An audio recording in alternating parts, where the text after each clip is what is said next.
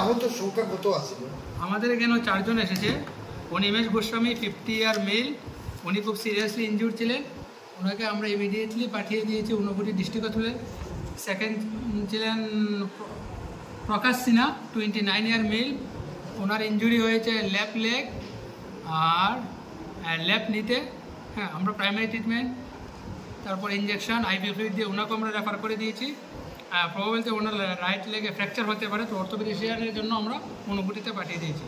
3rd number Sanjay দে, উনিও 20 years male, ওনার বিভিন্ন জায়গায় লেগেছে, লেফট লেগ, লেফট হ্যান্ড, তারপর মাথায়, তারপরে চিন। প্রবাবিলিটি ওর মাথার ম্যান্ডিবল কোনটা হয়তো বা ফ্র্যাকচার হয়েছে, ওনাকে সিটি স্ক্যানের জন্য ওনাকেও পাঠানো হয়েছে। প্রাইমারি ট্রিটমেন্ট আমরা দিয়েছি, পেইন কিলার, আইভি ফ্লুইড এগুলো দিয়েছি। লাস্ট হয়েছে রঞ্জিত বসাক,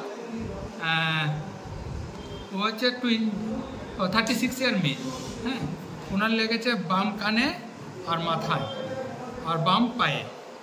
হ্যাঁ, তো আমরা যথারীতি ওগুলোকে সুইচার্স দিয়ে হিমোস্ট্যাসিস অ্যাচিভ করে হ্যাঁ তাকে আমরা 100 দিয়ে অ্যাম্বুলেন্সে পাঠিয়ে দিয়েছি।